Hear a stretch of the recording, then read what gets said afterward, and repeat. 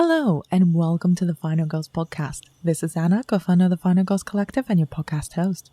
If you're new to the show, welcome. This podcast takes a horror trope and explores it in depth throughout discussions with special guests. Currently, we've got a season looking at vampires, and previously we've covered witches and female monsters with their own seasons.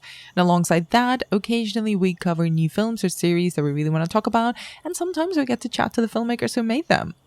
But today's bonus episode is actually the first time that we interview an author. In what I've only half jokingly christened as the Bloody Book Club, we're going to be interviewing some of the women who are writing horror. And I couldn't think of a better book to recommend to our listeners for the first edition of the Bloody Book Club than Plain Bad Heroines.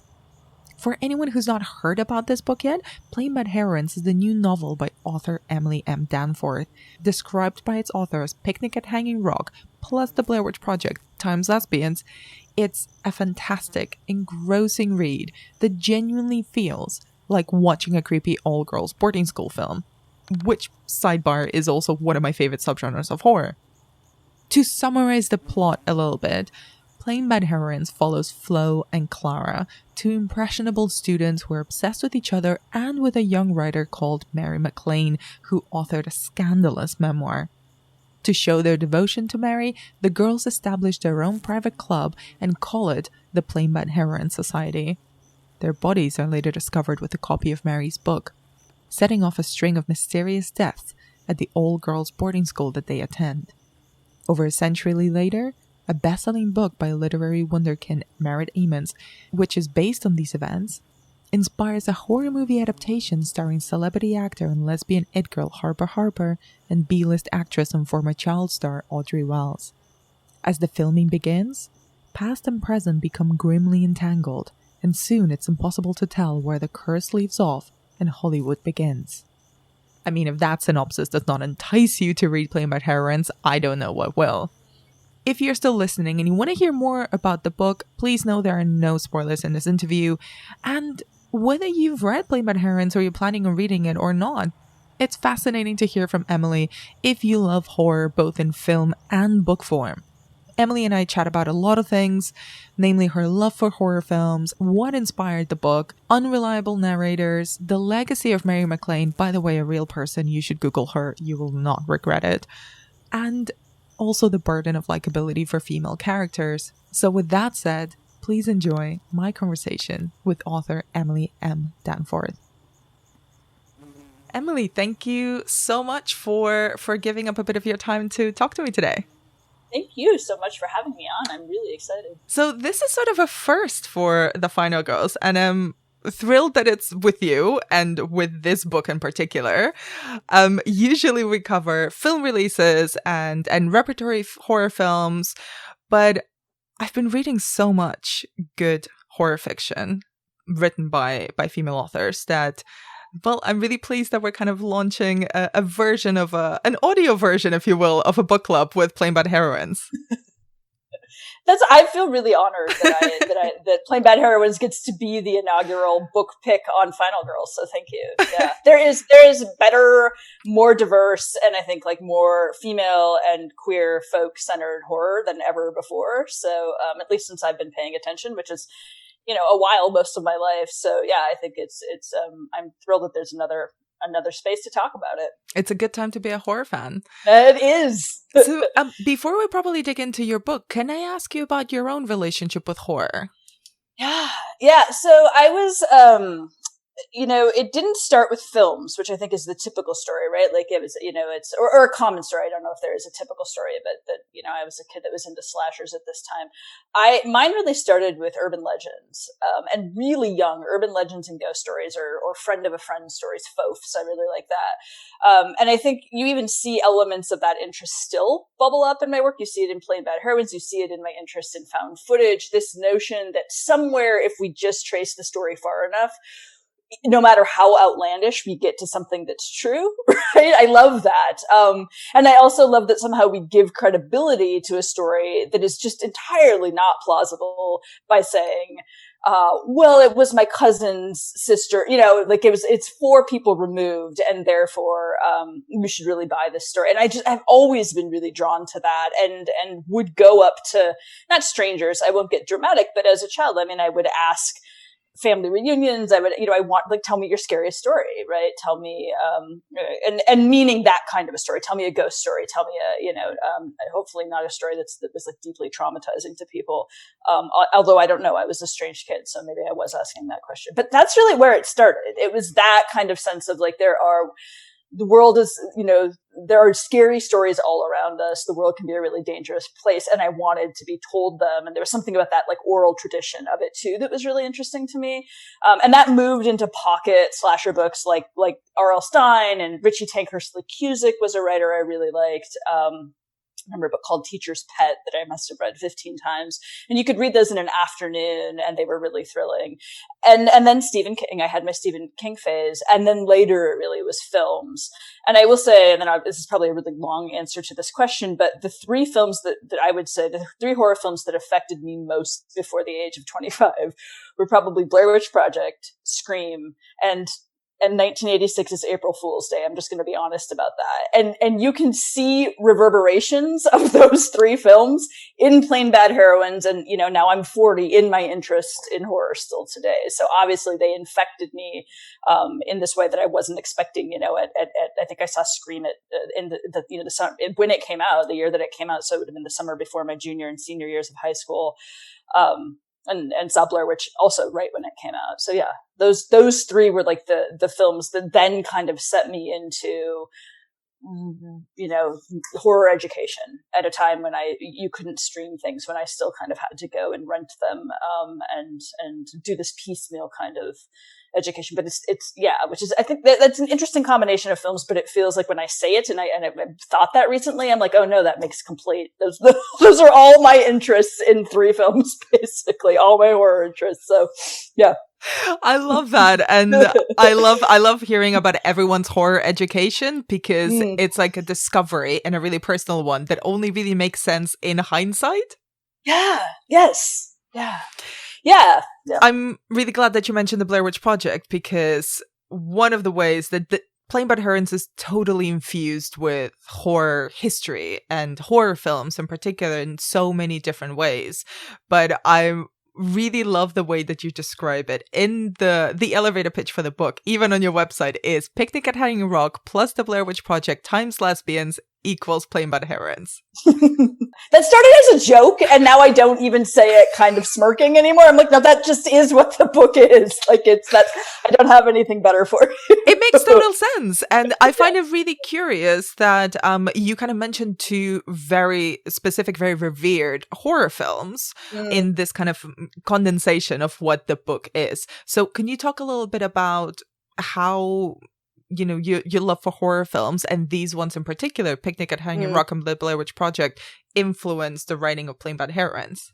Absolutely. So Blair Witch obviously is the one that I saw earlier, and saw as a college student, and have, the kind of, I think, a pretty classic horror fan, particularly around that movie, story of, so I grew up in Montana, and I'm home from college in Montana. Montana is a big state, right? Lots of landscape. And the little, shitty little town that I came from did not get the Blair Witch Project the week that it came out. I'm not sure if we got it at all, but it would have been weeks and weeks later. And so a group of friends, who wanted to see the film, or that I probably strong-armed into wanting to see the film, we drove 2 hours across the state to Billings to go to a theater to see it. And by the time we got there and went to get our tickets, it was so popular. I mean, I think, people remember or have looked up and know just like how popular the film was pretty early on, right? And how excited I think like audiences were. And so we couldn't get tickets, and we had to wait around this town, and got into like the midnight showing, which had not been our plan. I was petrified throughout. I did not, the question with the Blair Witch is always, did you think it was real, right? Did you go in thinking this really was footage? I did not think that. But I did think that maybe there were kernels of the story of the Blair Witch that were true, right? So I didn't think, like, I knew that this was a film. I knew that there had been a marketing campaign, but I still, again, that interesting kind of like, what's the seed story? I thought, well, all that stuff about, what took place in Maryland and the children that died. And, that some of that seemed to me like maybe there could be a kernel of truth there. Right. And so I let myself believe that, but I was petrified the whole movie, just absolutely terrified, kind of out of my skin. And so was everybody that I was with. And then we got back and had to drive the 2 hours through desolate Montana wilderness to get home. And we got home. And again, I was a college student by this point. My parents had a big old kind of ramshackle house, and I couldn't bring myself to go up to the third floor where my bedroom was. I couldn't do it. And so I slept, but I was also embarrassed to tell my parents that I had done this thing to myself. So I slept on the floor, on the landing outside my parents' bedroom, and they had to kind of step over me in the morning to get out. And that's my, I think there's a lot of horror films that I've seen since that I appreciate. There are things I appreciate them. That is one of those films that viscerally scared me and has continued to scare me every time I've watched it since. So it really gets under my skin, and I think is so effectively done. So yeah, that's my viewing story. And then in terms of thinking about using it in the film, obviously there was found footage before Blair Witch. There's been a lot of found footage since, but it's so iconic in terms of what it brought to the genre. And I think even getting folks that weren't that into horror more familiar with the term found footage and what we meant by that. And so part of that shows up in the novel in the filmmakers in my book are making a found footage horror film. And that's about the curse that's covered in the historic portion of the book. And so they're on location where this supposed curse is supposed to take place. I don't want to have any spoilers, but they certainly have a number of things up their sleeve to get convincing performances from their actors. And have a real, these are people that have a love of found footage and are pretty aware of, what it does well. I mean, I think Bo, the director, even references Lake Mungo, which is one of my favorite recent found footage horror films, or semi-recent at this point. So there's a lot of winking, obviously, that goes on in the novel, but that kind of love of thinking about the potential of found footage. And I think one of the things I love about it so much, and there are a few that do more than this, but how creative often it seems to me the filmmakers get with the scares, with the actual, right? In terms of sort of special effects, but I think just even in terms of how they're using, whatever cameras they're using to cut footage together. It always feels like there's this sort of extra effort to deliver the scare, right? And not in a kind of technical green screen sort of way. And there's something in me that just really appreciates that. It seems to me a form that really inspires ingenuity, which isn't to say we don't have some bad examples, but it's still, maybe because people are oh, what's left to do with found footage? Well, every few years we get somebody who's I'll show you what's left to do with found footage. And I really love that. So, every time I kind of hear somebody say, oh, it's dead, I don't want to see another found footage film, that's when you get a Lake Mungo, or that's when I just watched Bad Ben the other day, and that guy sort of making the film alone on his phone. The story behind that film is really interesting too, which has apparently become a franchise. Anyway, I've gotten very off topic. And so, Picnic at Hanging Rock, I saw much later. And I think unlike most people, I don't know if I have this entire trajectory right, but I'm pretty sure that I read the Joan Lindsay novel before I saw the Peter Weir film. And I think that's right. And I know that's not very common. In fact, a lot of people that love the Weir film haven't read the Joan Lindsay novel at all. If you have, that she starts with, the list of characters, and then this kind of, this inscription about the events may or may not be true. And so again, that's something I'm very interested in, right? This notion of is essentially, I don't have the exact words, but these events may not be true, but what does it matter? Because it took place in 1900 and these people aren't, they're dead anyway. And this was entirely a fiction, right? Of course, none of this was true, but Lindsay was coy about that for a number of years after she played with that and kind of leaned into it. And, would sort of filter these details about the private school she'd gone to in Australia. And so there's something that again feels like it bubbles up with my interests. And then the time period, turn of the 20th century, a women's boarding school, these kind of constraining Victorian customs, and the moody ambiguity, the just sort of gothic sensibility of that novel, is something I certainly was taking up in Plain Bad Heroines. And, the Weir film is one of the rare films that, may be better than the book. I mean, it's gorgeous and strange, and it gets under your skin. It's just so, deeply unsettling. And it's also just beautiful. Like, it's just such a treat to watch. So I'm sorry. I feel like I've been talking at you for 45 minutes. No, not at all. I'm thoroughly enjoying it, and also just taking notes. But you actually bring up some very, very interesting points that I want to pick you up on, and kind of to go bit by bit. One of the things you kind of mentioned that also is very much seen in Plain Bad Heroines is the unreliable narrator. And I have to admit, I haven't read Picnic at Hanging Rock, the book. I immediately will, but there was something almost unexpected of the narrator of the novel just popping up and increasingly being so playful and familiar with the reader, constantly addressing you as dear reader, dear readers. It's like you could almost hear the voiceover, a kind of a sassy voiceover in your ear as you're reading the book. So I wanted to kind of ask you about the decision to include this, playful but also quite unreliable and sometimes almost lecturing narrator who gives you background information and also tells you that it's actually probably not true, or I don't really know anything about this. So kind of how did you envision that structure and the role of this narrator? Oh, yeah, I love that question. Thank you. I didn't know how to write this novel until I leaned in. I found that voice, essentially, the voice of that narrator.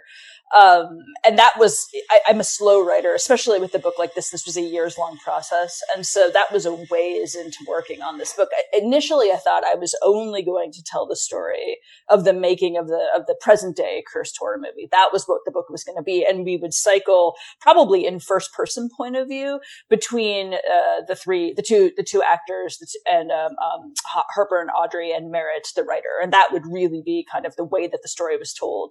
And I got a ways into that version of the book and was trying to answer really just for myself the question of, well, why is Burkhan's, which is the boarding school where this film is, where the curse is set and the film is taking place.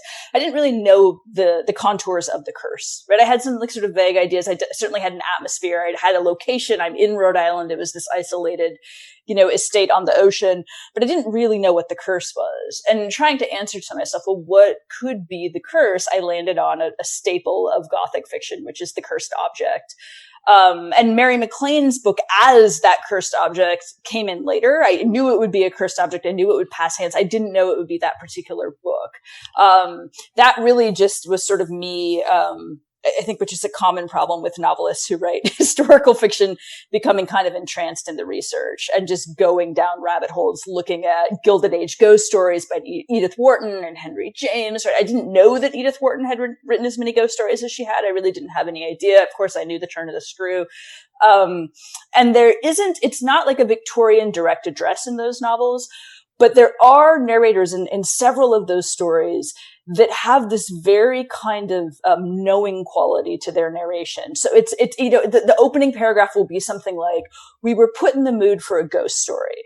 And there's this acknowledgement, right, that I'm not going to just put you in the ghost story, but there's a collective telling of the story. We're going to gather around for the purposes of scaring ourselves. And now that we've established that, I'll tell you the story. And so it does feel a little bit meta, not in the way that we apply that term now, but it feels a little bit sort of, turn of the century meta. And it also has this kind of knowing quality to the narration. And that started to creep in. And then, of course, there's lots of Victorian novels and Gothic novels where we can look directly at direct address and the use of sort of, addressing the reader. But yeah, I had been working for a while on the novel, realizing I wanted to have a historic section, writing scenes, thinking who the characters would be. And it was several pages into that. And knowing how I write, I mean, I would say probably 100 pages, 150 before I kind of figured out who's telling this story, and that it would be this winking, knowing, tongue firmly in cheek most of the time narrator, who knows more than they should, but is also happy to tell you when they don't know anything at all, right? And I think it's the one that really takes you by the hand and kind of says, "Come with me through this novel, and I'm probably going to lead you down some alleyways and some dead ends for the fun of it, because I'm having a good time, right? I'm taking pleasure in telling you this story, but you can trust me ultimately." So yeah, I think I didn't know, again, that sort of the retrospect. I didn't know how much that Edith Wharton, Henry James reading period really crept into the book in terms of thinking about the pleasure being taken in telling this kind of story. Not just how do I tell it well and how do I create the scenes and what kind of historical research do I do, but like, this is an act of pleasure telling you this ghost story. So this horror story. It kind of really creates this sense of, and I know how weird this is going to sound, of almost the book reads like a film in a way. Like, oh no, that doesn't sound weird. Because even while I was reading it, the constant interaction with all the layers of the story and all the levels of it and the things that are nods and references to things that perhaps are real, that are references to real curses on film sets or real books, or, you know, Merritt's interest or obsession or comparison with Truman Capote, all of those things then play around with your reading experience, I found, and it made it so much more active in a way. Oh yeah, I love that. I mean, I like an intrusive narrator, right? Obviously, and I like kind of when the world of a novel feels as like it's trying to be as large as the world, right? Which is of course never possible. I mean, I love films that do that as well. It's that you can't do that, but when you feel like the novelist is trying to get everything onto the page. I like a really slim novel too that's super economical. I mean, I'm a sucker for stories in general, but so yeah, I like that. I like that experience, and I think, like you've said it well. I like it when a novel feels sort of overstuffed, and yeah, that's interesting. I'll be thinking about that for a while. It reads like a film. Okay, yeah. And I wanted to, you've mentioned her already. I find her such a fascinating secondary character in the book, and it's Mary McLean.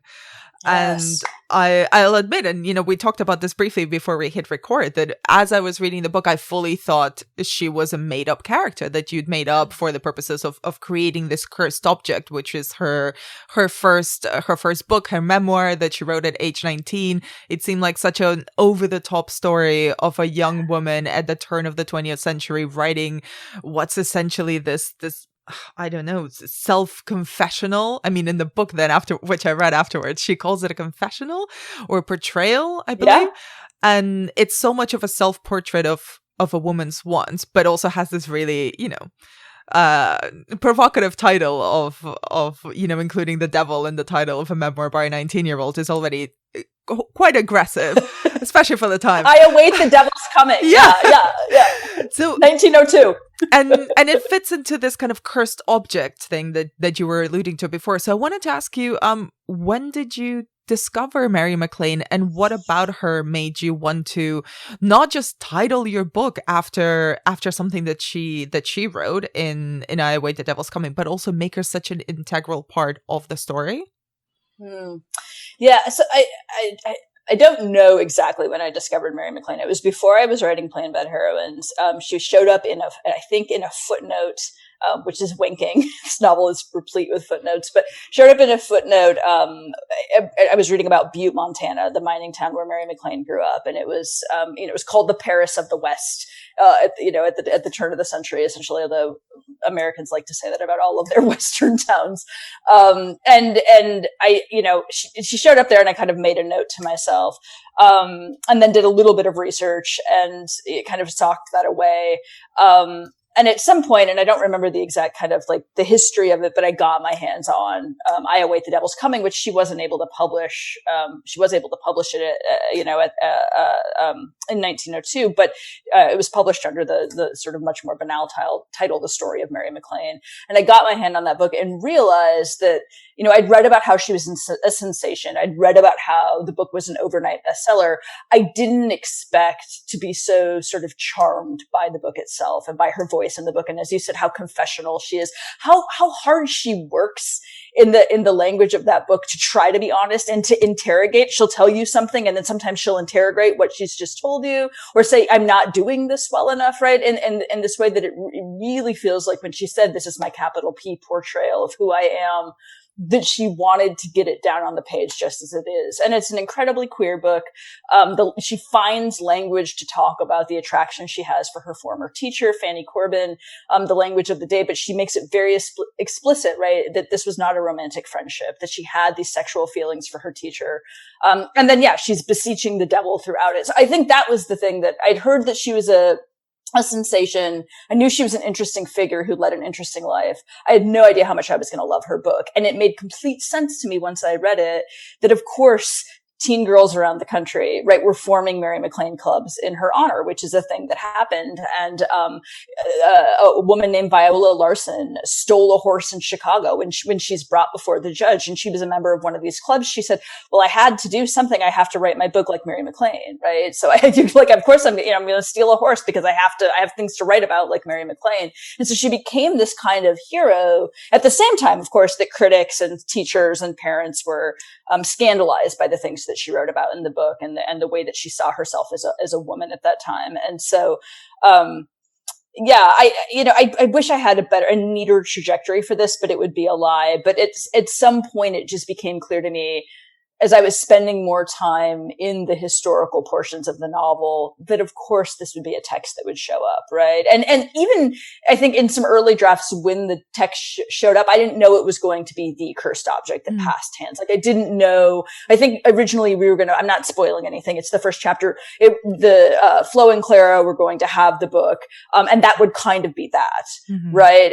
And there would be some, obviously, it really would be about the fact that they were in this relationship, and students on campus knew that, and the parents were upset about it and what have you.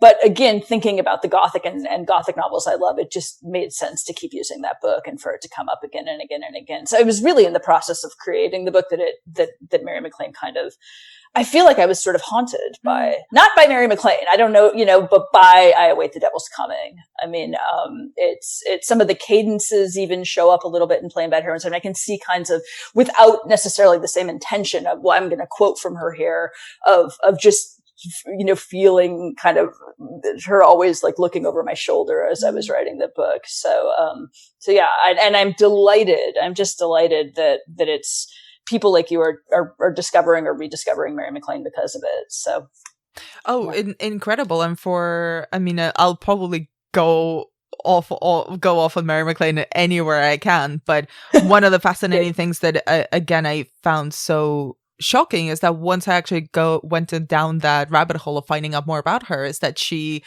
had touched so many forms of art. She was a writer, a novelist. She was a whole personality, incredibly notorious and famous in her own right. She was involved in film. I was fascinated with the film that is now lost that she made, that is supposed to have one of the first breaks of the fourth wall in it. That is also written by her, and it's entirely about all the men that she slept with, and she doesn't even give them names, which the men who have made love to me. I mean, like, we can't find this, right? But obsessed, instantly obsessed. And actually, you mentioned something really interesting about the Mary McLean phenomenon that I think leads me on to one of the things that I wanted to ask you about the book, and it's how you deal with the idea of fame and notoriety with the characters in the book. Because, and again, without spoiling anything, all of the lead protagonists, all of the heroines in the novel are dealing with some sort of with some element of fame, and it's very different. Merritt is obviously kind of a literary wonderkind. Harper is the it girl of Hollywood. Audrey wants fame but is more haunted by her mother's more famous career and being associated with that and being a child star. And there's the legacy of Mary McLean kind of haunting them as well, who, as you mentioned, was incredibly famous at a very young age, at a completely different time, and kind of had that effect of people imitating her and those fan clubs, which now seems wild for such a young author. And it seems wild that she's not more well known, considering how young she was and how much we culturally, love to elevate young prodigies, especially young women who make art in whatever form it is so very early on. So that's a very long-winded way to ask you, how did you think about approaching the idea of fame and notoriety through all of these different characters in Plain Bad Heroines?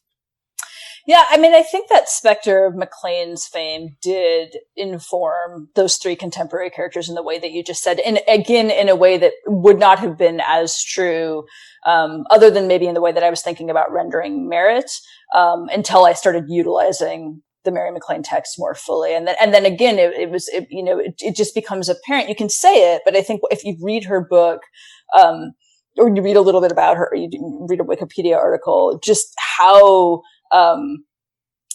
how relevant her life seems more than 100 years later, right? Like how contemporary, I guess, some of the things in terms of fame seems, I think is the better way to put it, that it doesn't feel at all dated, right? Which is the thing that happens all the time when we go into the past and we say, oh, this is more relevant to my life. But it feels like her experience is happening again and again with stars, right? And with writers, and it sort of hasn't stopped. So yeah, I think that again, just that, thinking about how she was treated and then forgotten, and the doors that were opened for her. But, I think the thing that she really asks for in the story of Mary MacLane is that fame brings her happiness, right? She says, devil, I want fame, but I want happiness too. And she's aware enough at 19 to know that that's not going to happen, but she still wants it, right? Like there's still that kind of desire.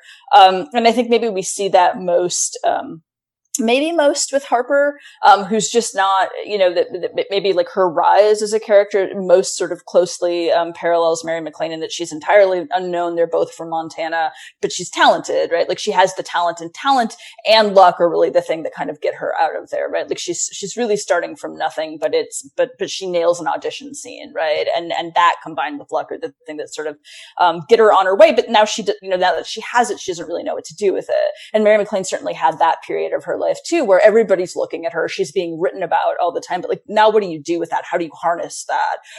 And as many doors open for her, like I said, doors shut for her. I mean, she's being written about every paper in the country, but she can't get into Radcliffe because she doesn't have, supposedly the educational background, basically because she wasn't the kind of young lady Radcliffe wanted to, admit at the time. So,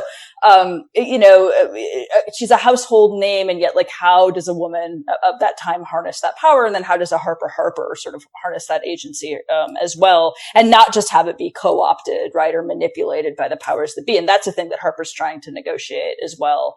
Audrey's more savvy because her mom had an experience of this, right, and she's seen kind of how Hollywood can make you burn bright and then sort of spit you out the next day, and has firsthand experience with that. But she too, I think, she really wants to get out of her mother's shadow, right? She sort of wants to prove to herself that whatever success she's already had, it hasn't just been due to the fact that she's her mother's daughter, and that she can do it on her own. And I think that drives her more than love of craft, we'll say, right? It's that she can kind of prove this. Yeah. And then Merritt, I think, like in thinking of her fame, it probably less fame that makes me sound big headed, but I think I did put a lot of my own experience into Merritt in terms of specifically not being able to write the second book, having a first book and having it, get some attention. And then letting too much the narrative of the sophomore slump kind of get into my head, and to think about, well, when you make your first film or write your first book or your first play, nobody knows who you are. Nobody's asking anything of you, right?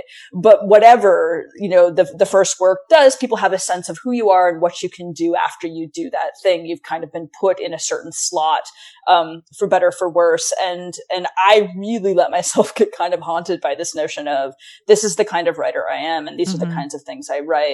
And, and it took me a long time to get out of that. And part of that was, channeling some of that through Merritt, this kind of, well, what do you do? Who had a much bigger first book than my first book was, but this kind of idea of like, how do I reinvent myself? Or do I even allow myself to do this other thing that feels scary? And Merritt, because of the kind of character she is, she takes on a task that, partly because everyone tells her it's a ridiculous task and no one should try to do it. I think that's part of the challenge for her. She tries to finish Truman Capote's infamously and maybe deservedly unfinished first novel.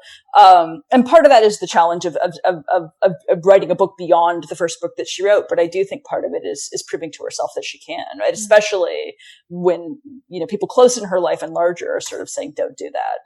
Don't try to take that on. It's not for you.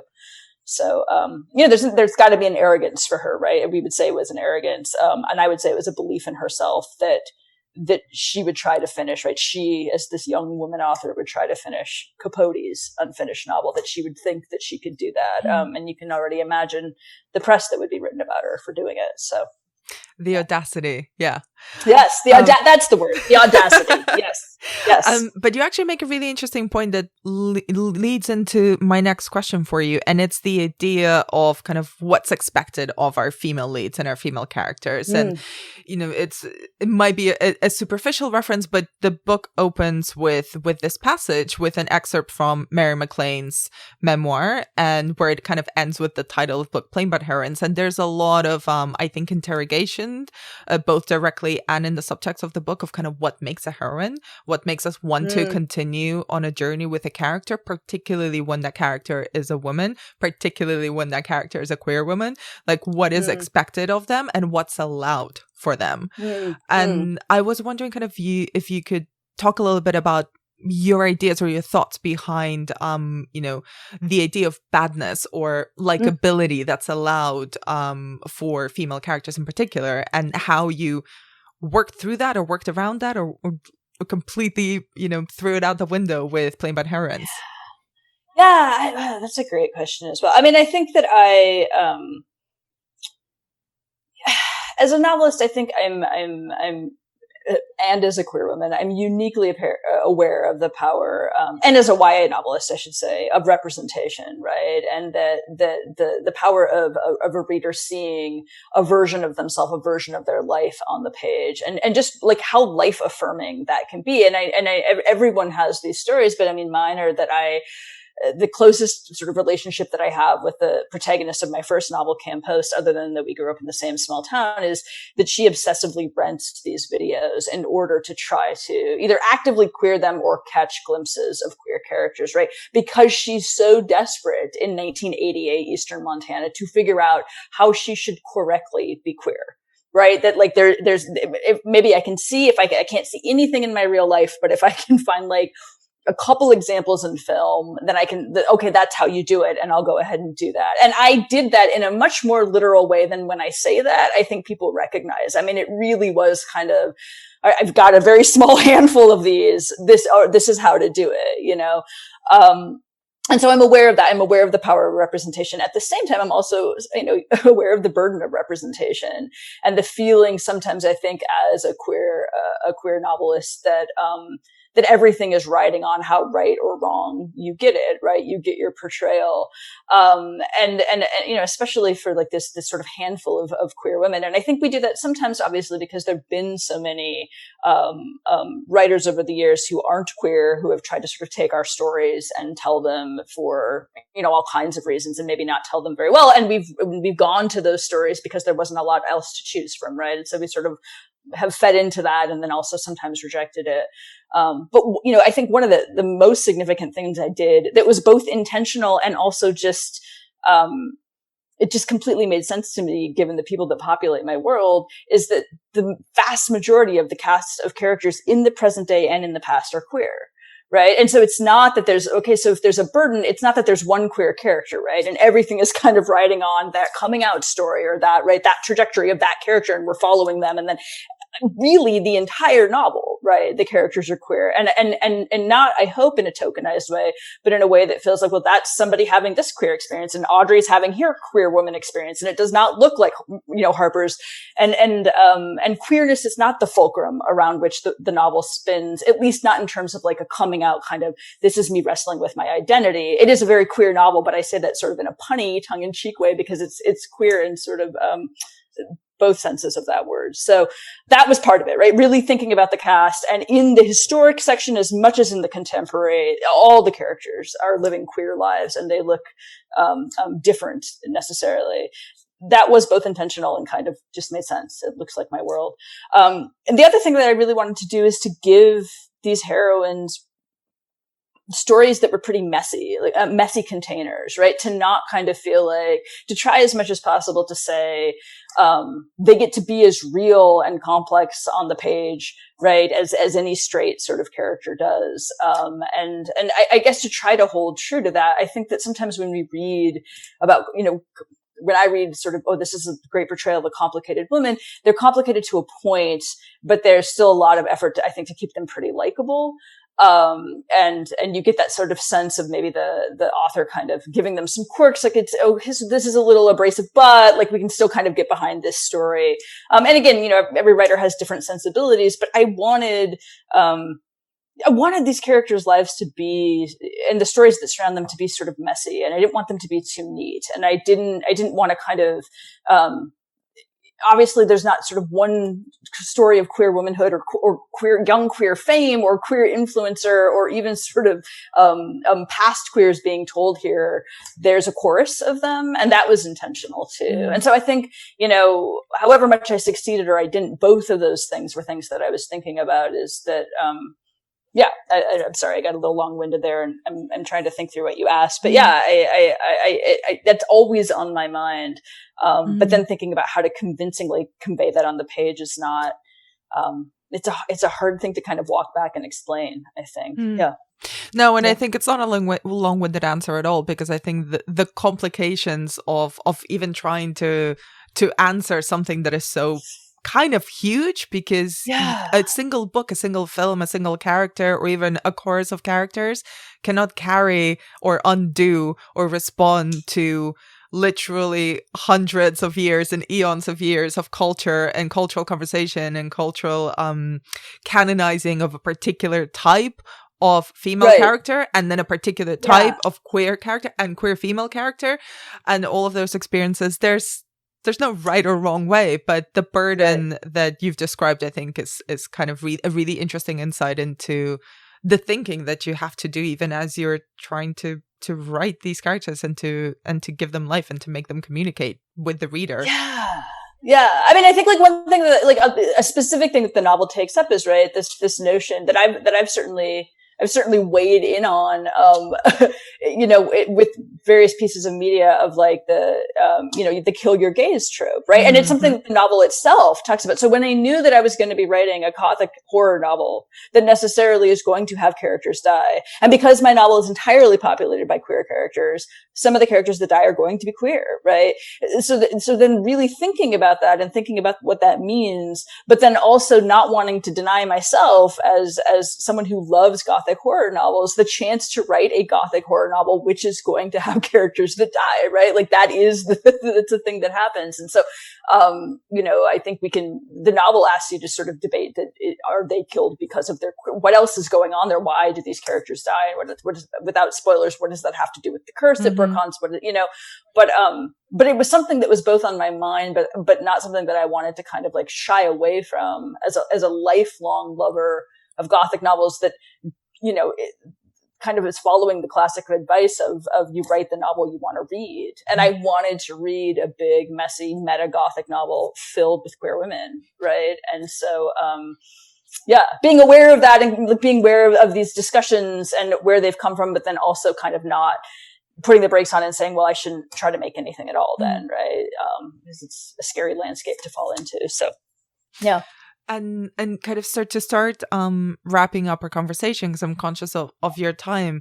I wanted to ask you, you've mentioned Cameron Post, The Miseducation of Cameron Post, which was adapted into a fantastic film by Desiree Akavan, which I really, really loved. And I was wondering if the making of that film, I don't know how directly involved you were with the actual production of it, but between that experience and also the kind of any research into cursed horror films, or your interest in found footage films and your interest in horror filmmaking as well, did that research and your real life experience with Cameron Post influence the way that you wrote or structured the contemporary section of Plain Bad Heroines, especially when they're actually shooting the film?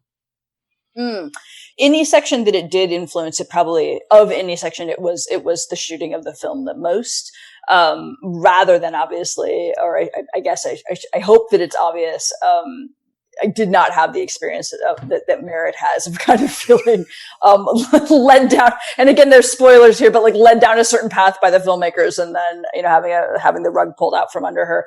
I had known Desi a little bit, just to give you some background, before she optioned the book, and we'd met a few times. And when she optioned the book, we had a long conversation about it's a big book that follows Cameron for a long time, that she was really going to be looking at the final third of the novel and setting it, this larger novel primarily at the conversion therapy camp. And I had some awareness of that. And then I did read some versions of the script that she and her writing partner, Cecilia Frugiuele, wrote. And I gave some notes, most of which they rightly rejected, but they let me see the drafts, which was really nice. Because I'm a novelist, so I'm precious, right? So I'm always like, why don't we add this back in? And they're like, yeah, no, we know what we're doing.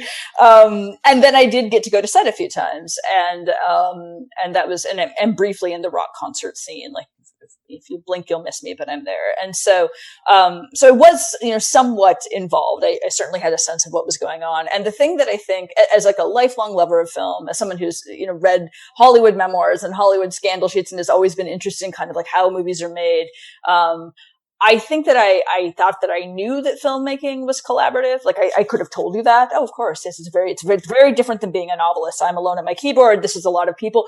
It's one thing to think that you know that. And it's another thing to be on set, right? Even of an indie film. And this was a small budget film. And to see how many people have to work together to make the thing that you watch for 90 minutes on your, in a movie theater when we can still go to movie theaters or on your computer screen. Just how many people are lending kind of their creative insights and efforts into making that thing. And it's completely different. I mean, I don't have to tell you this. You work in film to be on set and to see that and to really think about this person doing their job changes the film in this way, right? And it's not just necessarily the things that we give the big awards to, right? And so I think I did take that in, and that does show up in the contemporary section of the novel, just thinking a bit about being on set and thinking about how this person not doing their job or this thing happening to this person in the course of doing their job because of the curse could affect the movie in this way. And the other thing that I learned that just seems really obvious to people, and I don't think is unique to indie films, I used to, but I just think it is how filmmaking works often, is how tentative everything can be, the whole process, basically until you're standing at the premiere, right? I don't think that I have a hard time sometimes explaining it to people, but, I remember we were keeping some things under wraps and I would hear from them, it looks like it's a go, or, they'd cast Chloe or, a thing had happened and then it would be like, but it could still not happen. And I just kept being like, but you've booked a location. You've got, all these people. I'm like, what do you mean it could not happen? I just couldn't. And so that kind of like, it could, or it couldn't, it might, until the thing is made, both feels like it's really pliable and that's interesting. Like there's like opportunity there to change the thing at any moment. But also I think if you haven't experienced it, it's, it can be hard to kind of get your mind around just how true that is. So that stuff shows up to some extent in Plain Bad Heroines. Yeah. Oh, I think you described it really well. It's a control freak's nightmare and dream. Right. Yes. Yes, because at any moment you can if you have the ability, you can put your will on the film and change the whole thing, right? And I know your audience is folks that are very savvy about film, so they're rolling their eyes at this point. And they're like, yeah, we get it. But again, it's just me and my laptop 90% of the time. And so the idea of in some cases, hundreds of people were, I'm constantly impressed by producers and specifically because of the wrangling that they have to do and this constant juggling, balancing act of people, egos, deals, percentages, territories, very practical, tiny stuff that can have a knock-on effect and very big kind of, mammoth artistic and talent-based stuff of, just relationships and the art itself and the script and still everything can change. Yes. Yeah, I know it sounds cliche, but it really is a wonder to me when you step back and look at it that anything gets made, right? That anything ever gets made other than a Bad Ben where it's just a guy with a cell phone who's like, I'll just do it myself. And I'm just going to make that maybe makes sense. But that any of these other most of the films we've ever seen kind of get off the ground is which makes me feel romantic about film in a way that sometimes I don't for other reasons, right? So I like that, this idea that, and I'm going to sound super corny, but that it feels like there's a kind of magic when a film comes together and it's wonderful. And you hear about what it took, that nobody ever thought the thing would even get made, or it was a last minute decision and we shot it here and not there. And that made, all the difference. And yeah, it's hard not to use a word like magic for me. Absolutely. I mean, as even having worked in film for a decade, I still haven't lost that ability, that magical feeling when you see something on screen. And it still baffles me the thought that sometimes the biggest, as someone who reads a lot into films and thinks a lot about films, sometimes you're overthinking things that were maybe a throwaway decision on a set, and that in itself is a kind of alchemy that I'm fascinated by. Yes, yeah. Folks do that with novels too, and I love that, right? This kind of like this, these beautiful kind of interpretations of things that you don't want to hear the novelist respond to because they say, "Oh, I wrote that because of a note from my editor about continuity." No one needs to know that. Nobody needs to know.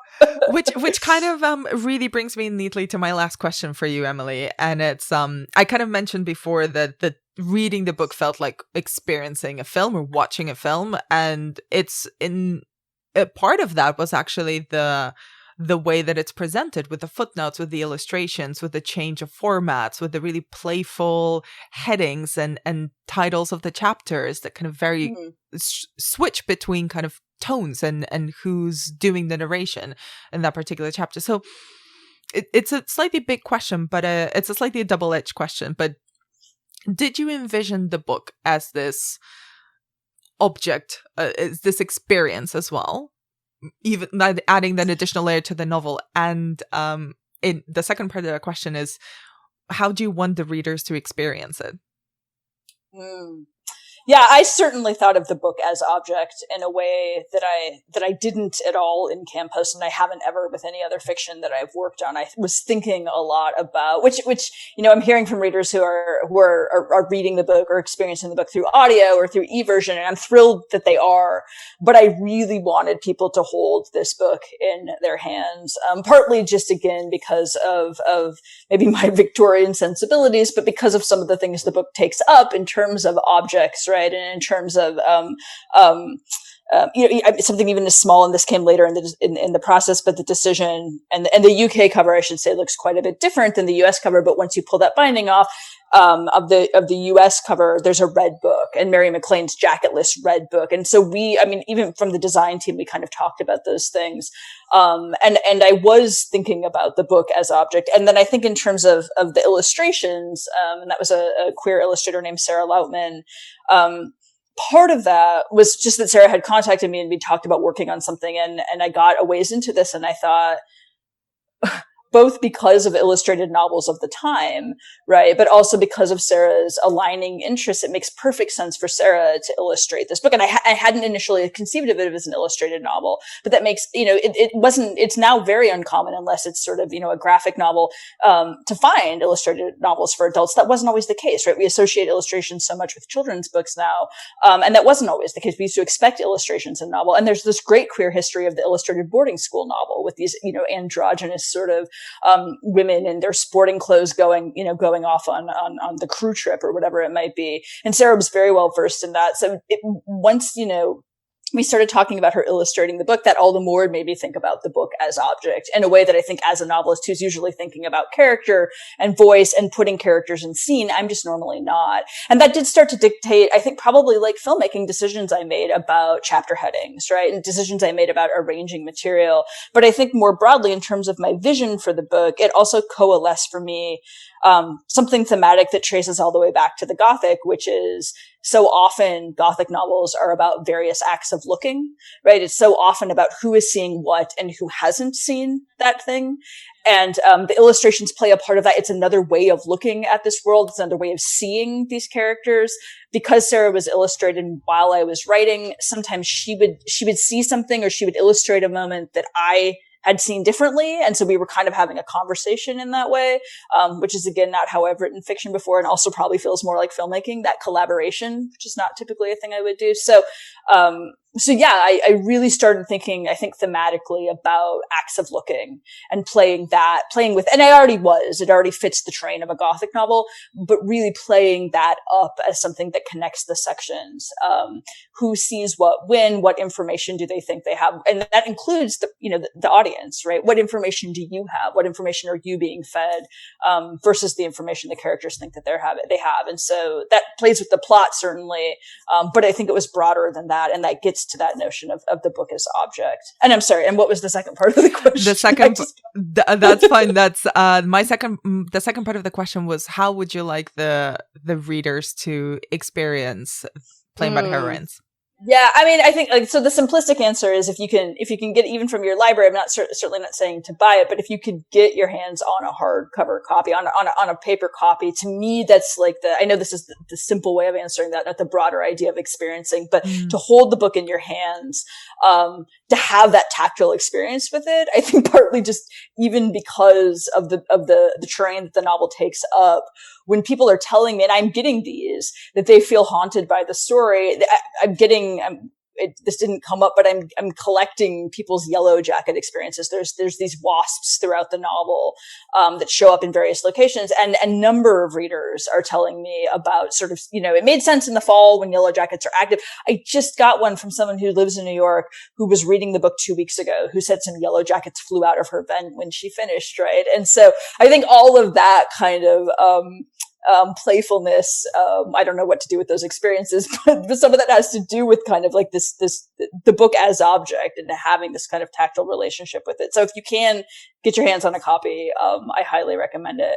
But beyond that, I think, I hope that readers just take pleasure, or sort of let themselves sink into the pleasure that I took in telling this story.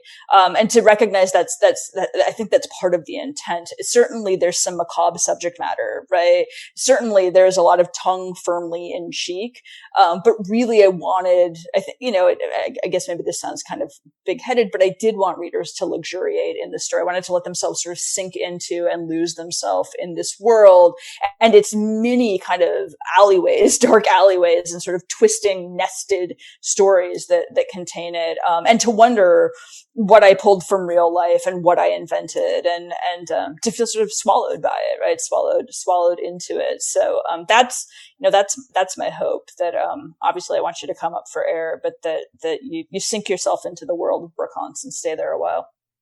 I love that image of being swallowed by the world of Brookhaus and all the different tree branches that kind of emanate from it. Emily, I won't take up any more of your time, but thank you so much for talking to me about the book. And if it becomes in itself a cursed object, I kind of think that's a great way for it.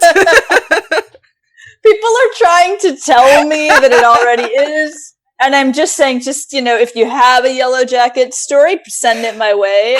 My favorite one thus far is a bookseller who said she swears to God she's never seen a yellow jacket in their bookstore. She's worked there however many years. She had finished the book. She'd read me. She was shelving some copies, and one followed her through the store, she said. So, but yeah, I mean, yes. It.